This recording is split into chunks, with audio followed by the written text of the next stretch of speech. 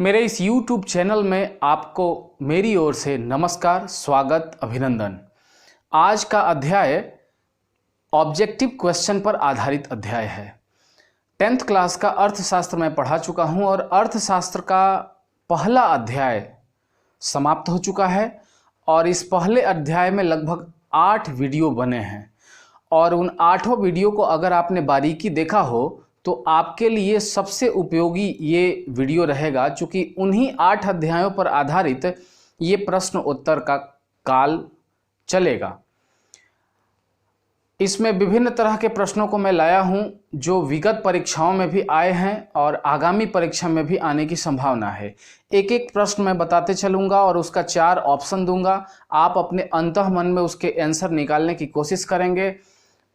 अगर नहीं निकाल पाएंगे लास्ट में मैं आंसर बताऊंगा, ठीक है। तो एक एक करके प्रश्नों की ओर हम बढ़ते हैं।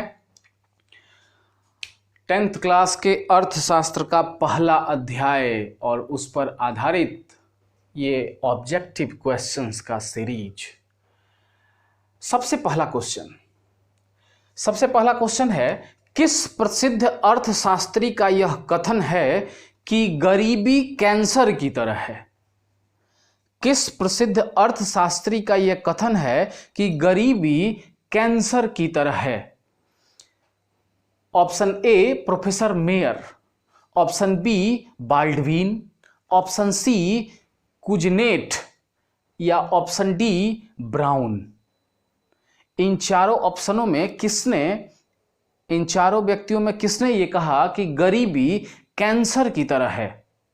इसका सही आंसर है ऑप्शन सी कुजनेट। कुजनेट महोदय ये अमेरिका के रहने वाले व्यक्ति हैं और ये विश्व स्तर पर अर्थशास्त्री के रूप में जाने जाते हैं और इन्होंने ही ये लाइन बोली जो काफ़ी प्रचलित हुई कि गरीबी जो है वो कैंसर की तरह है। चलते हैं दूसरे प्रश्न की ओर। दूसरा प्रश्न जो है वो कुछ इस तरह है कि आर्थिक विकास की माप करने के लिए किस सूचकांक का सबसे अधिक उपयोग उचित माना जाता है? आर्थिक विकास की माप करने के लिए किस सूचकांक को सबसे अधिक उचित माना जाता है? ऑप्शन ए जनसंख्या घनत्व, ऑप्शन बी मानव विकास, ऑप्शन सी प्रति व्यक्ति आय और ऑप्शन डी सभी। इसमें से कौन सा ऐसा ऑप्शन है जो आर्थिक विकास को मापने का सबसे बेहतर सूचकांक माना जाता है, सबसे बेहतर पैमाना माना जाता है? तो जनसंख्या घनत्व तो बिल्कुल नहीं होगा, क्योंकि जनसंख्या घनत्व से विकास के स्तर को आप बखूबी नहीं माप सकते। जनसंख्या घनत्व ज़्यादा कम होना ये वहाँ के अनुकूल परिस्थितियों पर निर्भर करता है जो मानव के लिए बेहद जरूरी हैं। मानव विकास यानी कि HDI ह्यूमन डेवलपमेंट इंडेक्स ये भी आर्थिक विकास को मापने का बहुत उचित पैमाना नहीं माना जाता है।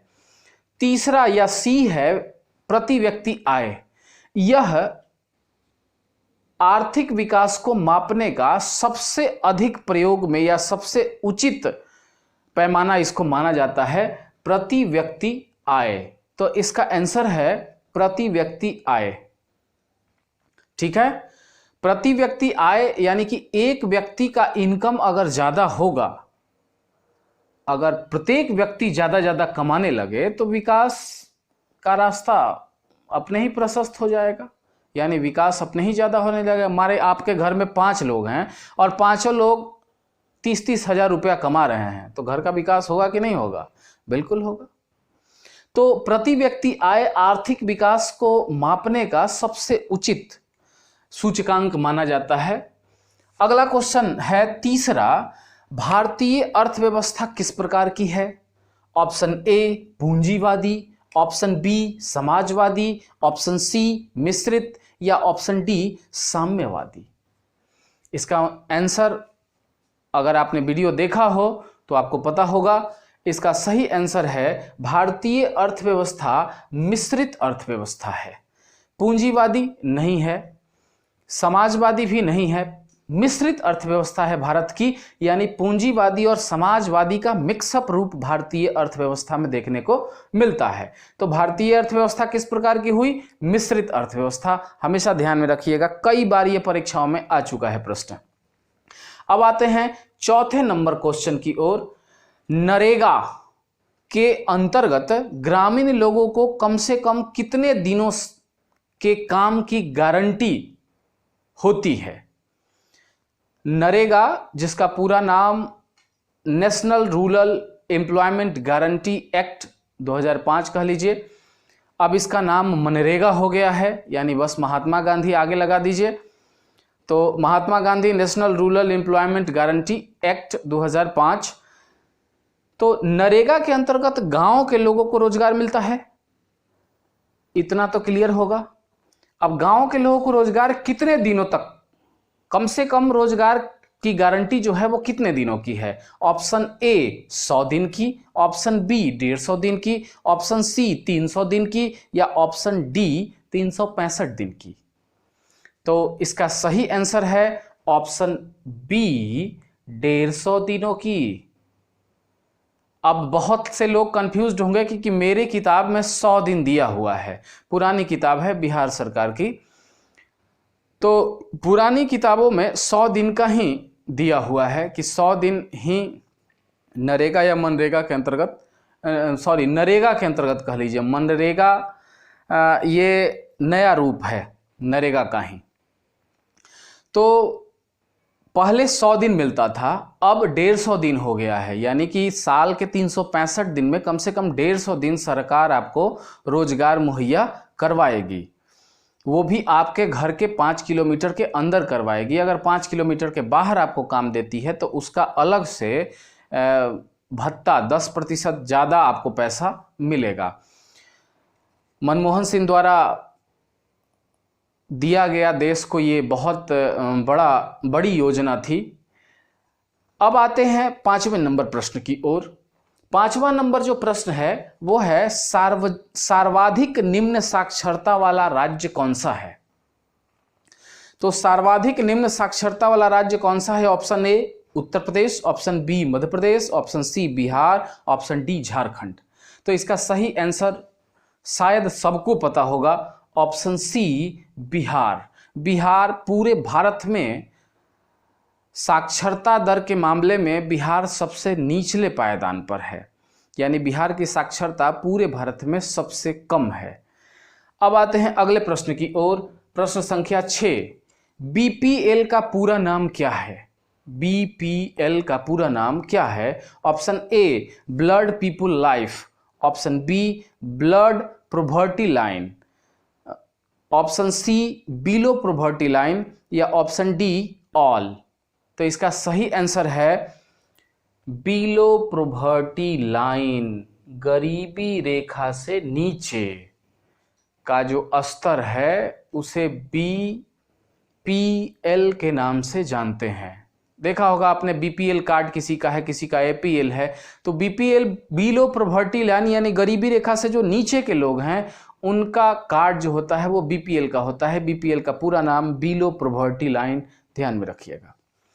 अब बढ़ते हैं 7वें नंबर प्रश्न की ओर। 7वां नंबर प्रश्न है कि कैलोरी मानदंड पर आधारित गरीबी रेखा में ग्रामीण क्षेत्र के लिए कितना कैलोरी प्रति व्यक्ति निर्धारित किया गया है? यानी गरीबी रेखा मैं पढ़ा चुका हूं, पॉवर्टी लाइन, या कि इसको मैं बता चुका हूं कि पॉवर्टी लाइन क्या होता है, गरीबी रेखा क्या होती है। अब गरीबी रेखा को निर्धारित करने का सबसे पहला जो पैमाना देश में लगाया गया वो कैलोरी पर आधारित था। 60, 70, 69, 70 के समय में दो व्यक्ति, एक दत्ता करके हैं और एक और अर्थशास्त्री हैं, इन दोनों ने मिलकर कैलोरी पर आधारित गरीबी रेखा के पैमाने को निर्धारित किया। यानी ग्रामीण क्षेत्र के लिए इतना कैलोरी, शहरी क्षेत्र के लिए इतना कैलोरी। तो कैलोरी मानदंड पर आधारित गरीबी रेखा में ग्रामीण क्षेत्र के लिए कितना कैलोरी प्रति व्यक्ति मानदंड निर्धारित किया गया है? ऑप्शन ए है 2400 calorie, option B 2100 calorie, option C 2600 calorie और ऑप्शन डी 2200 कैलोरी। तो ग्रामीण क्षेत्र के लोग थोड़ा हट्टे कट्टे होते हैं, यानी ज़्यादा खाना खाते हैं, तो उनके लिए 2400 कैलोरी निर्धारित किया गया। अब अगर शहर के लोग हैं तो उनके लिए 2100 कैलोरी निर्धारित है। तो ये सारे टॉपिक्स पर विस्तृत चर्चा चल चुकी है। अगर पूरा वीडियो आप देखे होंगे तो ये सब क्वेश्चन आपके लिए कुछ नहीं होगा। 8वें नंबर क्वेश्चन की ओर बढ़ते हैं। भारतीय अर्थव्यवस्था की संरचना में कृषि पशुपालन किस क्षेत्र के अंतर्गत आता है? कृषि और पशुपालन ये सेक्टर मैं बता चुका हूं, इकोनॉमी का sector, primary sector, secondary sector, tertiary sector, यानी प्राथमिक क्षेत्र, द्वितीय क्षेत्र, तृतीय क्षेत्र। इसमें से कौन सा क्षेत्र है कृषि पशुपालन का? यानी प्राथमिक क्षेत्र में आता है, द्वितीय क्षेत्र में आता है, तृतीय क्षेत्र में आता है, या सभी क्षेत्रों में आता है? तो इसका सही आंसर है ऑप्शन ए, प्राथमिक क्षेत्र के अंतर्गत कृषि और पशुपालन आता है। अब अर्थव्यवस्था का प्राथमिक क्षेत्र उसे कहा जाता है जिसका सीधा संबंध प्राकृतिक से है, या प्राकृतिक से सीधे जो चीजों को आप पाते हैं वो प्राथमिक क्रियाकलाप के अंतर्गत आता है, प्राथमिक सेक्टर के अंतर्गत आता है। तो कृषि और पशुपालन ये सीधे प्राकृतिक से जुड़ा हुआ है, उसके सहयोग के बिना ये कार्य संभव नहीं है। इस कारण कृषि पशुपालन जो है वो प्राथमिक क्षेत्र के अंतर्गत आता है। अब आते हैं 9वें नंबर क्वेश्चन की ओर। किस अर्थव्यवस्था में उत्पादन के साधनों का स्वामित्व और संचालन देश की सरकार के पास होता है? किस अर्थव्यवस्था में ऐसा होता है कि जो भी उत्पादन का साधन है उसका स्वामित्व जो है वो और संचालन जो है वो दोनों सरकार के पास होगा? ये ऑप्शन ए पूंजीवादी अर्थव्यवस्था, ऑप्शन बी समाजवादी अर्थव्यवस्था, ऑप्शन सी मिश्रित अर्थव्यवस्था, या ऑप्शन डी सभी। तो जब स्वामित्व की बात आ गई यानी सार्वजनिक की बात आ गई तो आप सरकार की ओर इशारा कीजिए, यानी कि वो जो सेक्टर है वो समाजवादी सेक्टर से संबंधित है। तो स्वामित्व और संचालन जब देश की सरकार के पास होगा पूरी तरह से तो वो अर्थव्यवस्था समाजवादी अर्थव्यवस्था कहलाएगी, सोशलिस्ट इकोनॉमी कहलाएगी। पूंजीवादी नहीं कहलाएगी, क्योंकि पूंजीवादी में सरकार बिल्कुल नगण्य सा होता है, या सरकार के हाथ में बहुत कुछ नहीं होता, सारी चीज़ें निजी व्यक्तियों के हाथ में होती है। मिश्रित अर्थव्यवस्था में दोनों का मिक्सअप है, तो समाजवादी ध्यान में रखिएगा। 10वें नंबर क्वेश्चन की ओर बढ़ते हैं। 10वां नंबर क्वेश्चन है, भारत में योजना आयोग का गठन कब हुआ? योजना आयोग वो जो योजना बनाती थी, चूंकि अब योजना आयोग नहीं है इसलिए मैं उसको थी कह रहा हूं, क्योंकि अब योजना आयोग की जगह पर नीति आयोग आ गई है। योजना आयोग आपने सुना होगा, प्रथम पंचवर्षीय योजना, द्वितीय पंचवर्षीय योजना, तो वो योजना आयोग। उस योजना आयोग का गठन कब हुआ? तो option A 15 April 1952, option B 17 March 1956, option C 15 March 1950, या ऑप्शन डी, सॉरी यहाँ सी ही लिखा गया है, डी कर दूंगा, डी 19 मार्च 1950। तो इसका सही आंसर है option C 15 March 1950। 15 March 1950 Bharat के इतिहास में वो डेट है जिस डेट पर योजना आयोग का गठन किया गया, और ये योजना आयोग ही कई पंचवर्षीय योजनाओं को बनाया है जिससे देश का विकास काफ़ी आगे बढ़ा है। तो पंचवर्षीय योजना का जो गठन है वो 15 मार्च 1950, एकदम ध्यान में रखिएगा। ये बहुत हिट लिस्टेड क्वेश्चन है, कई बार परीक्षाओं में आ चुका है। अब आते हैं 11 नंबर प्रश्न की ओर। राष्ट्रीय विकास परिषद, जिसको हम एनडीसी, नेशनल डेवलपमेंट काउंसिल भी कहते हैं, का गठन कब हुआ? ऑप्शन ए 12 अगस्त 1952, ऑप्शन बी 6 अगस्त 1952, option C 14 April 1956, option D 8 जनवरी 1958। तो इसका सही आंसर क्या है? इसका सही आंसर है 6 अगस्त 1952। ये क्या है? राष्ट्रीय विकास परिषद। राष्ट्रीय विकास परिषद का गठन योजना आयोग के गठन के बाद हुआ। राज्य सरकारें और केंद्र सरकार दोनों के बीच आर्थिक जो व्यवस्था है उसके तालमेल को बनाने के लिए, योजनाओं को सही रूप में क्रियान्वित करवाने के लिए, दोनों के बीच एक तालमेल बैठाने के लिए, विवाद को सुलझाने के लिए ये राष्ट्रीय विकास परिषद NDC नेशनल डेवलपमेंट काउंसिल का गठन किया गया और इसका गठन जो है 6 अगस्त 1952 को किया गया।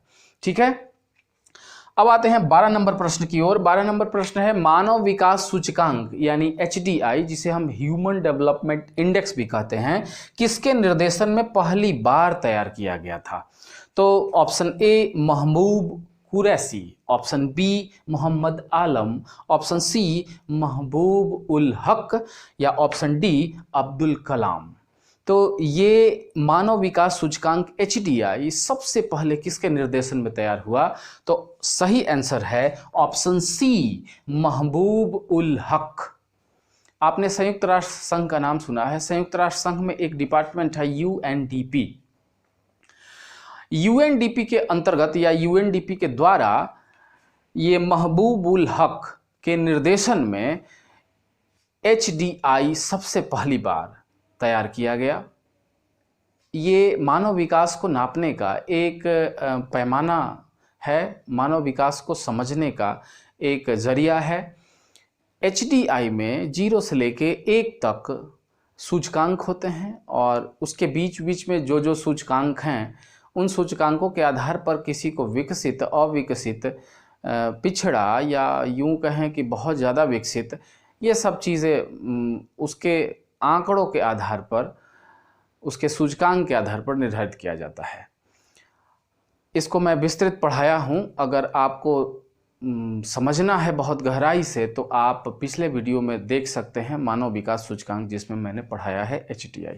तो महबूब उल हक ये वो अर्थशास्त्री हैं विश्व के जिनका संबंध पाकिस्तान से है और इन्होंने पहली बार HDI ह्यूमन डेवलपमेंट इंडेक्स तैयार किया और वो काफ़ी मकबूल हुआ और आज भी HDI के आंकड़ों को काफ़ी विश्व स्तर पर महत्व दिया जाता है और इसे प्रमाणिक माना जाता है।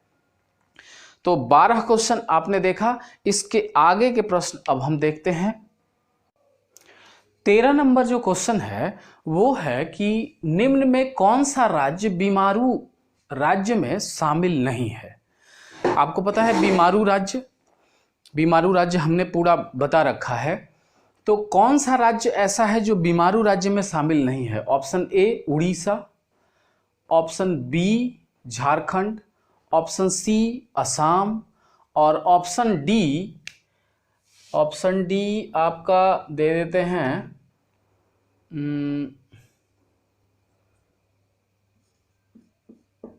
MP मध्य प्रदेश। अब जरा आप बताइए कि निम्न में से कौन सा बीमारू राज्य में शामिल नहीं है? तो इसका सही आंसर है उड़ीसा। उड़ीसा बीमारू राज्य में शामिल नहीं है। अब जरा इस लाइन को पढ़िए, बीमारू BIMARU, इन्हीं कैपिटल लेटर के अक्षरों में राज्य छुपा हुआ है।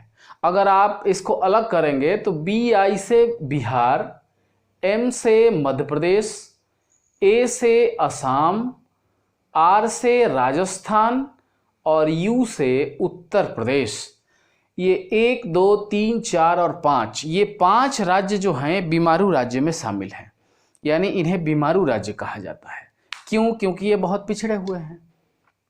इनके यहाँ का standard of living, per capita income, education, बहुत सारी चीज़ें बहुत पीछे हैं, इसलिए बीमारू राज्य में इन्हें शामिल किया गया है।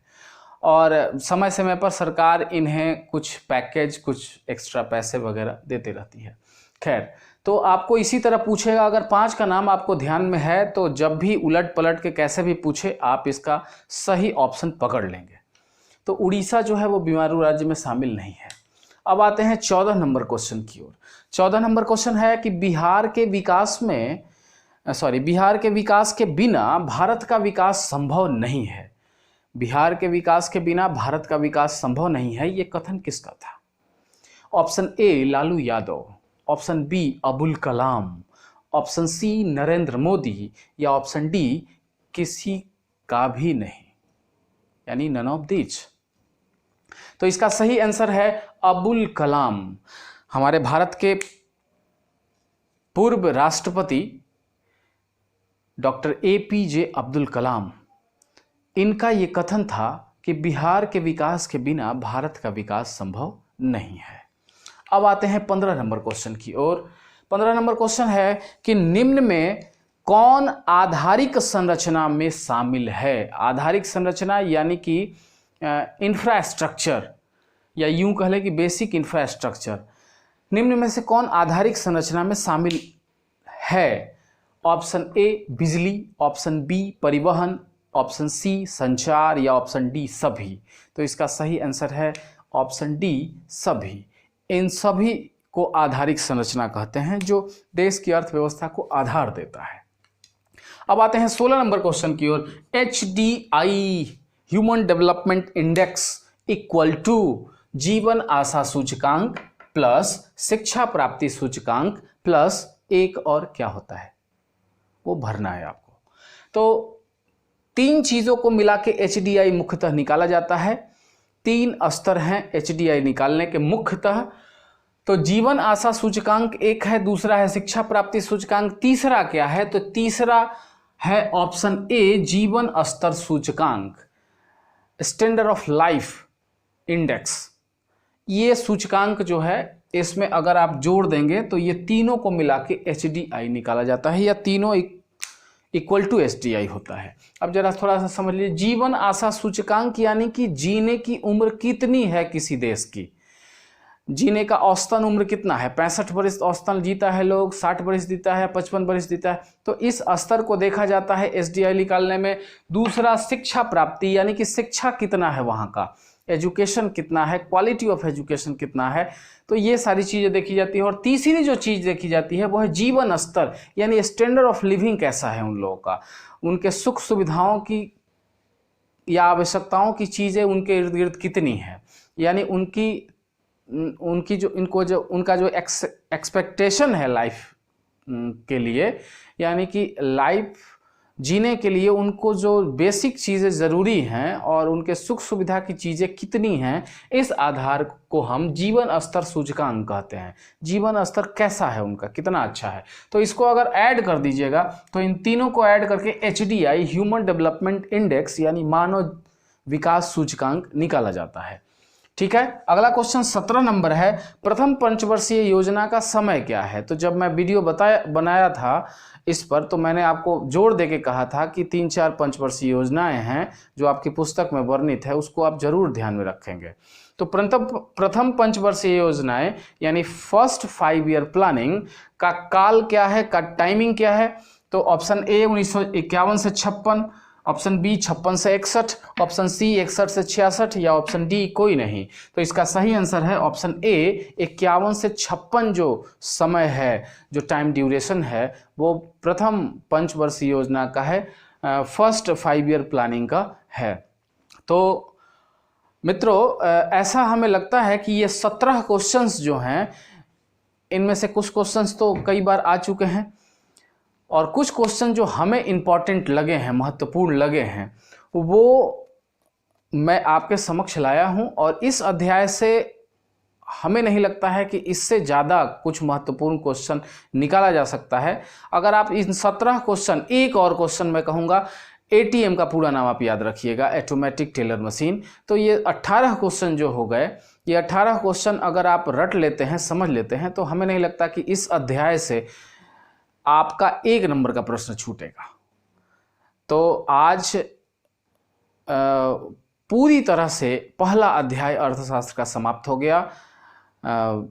8 वीडियो बने हैं, यानी कि 8 वीडियो में मैंने पूरे टॉपिकों को बारीकी से समझाया है। ये 9वां वीडियो मैं इस प्रश्नोत्तरी का डाल रहा हूं और इसके बाद ये अध्याय समाप्त। अब अगले अध्याय में हम प्रवेश करेंगे, दूसरे अध्याय में प्रवेश करेंगे। तो ये मेरा पढ़ाने का तरीका है कि 3-4 वीडियो, 5 वीडियो एक अध्याय में अगर हुआ तो पार्ट वाइज करके, पार्ट 1, पार्ट 2, पार्ट 3 करके मैं डालता हूं। और लास्ट में मैं ज़रूर कोशिश करता हूं कि एक ऑब्जेक्टिव प्रश्नों का वीडियो डल जाए, ताकि पूरे अध्याय का 1 नंबर का क्वेश्चन निकल जाए उसमें। और उस आधार पर लड़के का 1 नंबर का क्वेश्चन न छूटे। तो आज ये अध्याय समाप्त हुआ, बड़ी खुशी की बात है, और अगले अध्याय में हम प्रवेश करेंगे एक नए जोशो खरोश के साथ। आज के लिए बस इतना ही। हमारे वीडियो को लाइक करें, शेयर करें, सब्सक्राइब करें। बहुत बहुत धन्यवाद।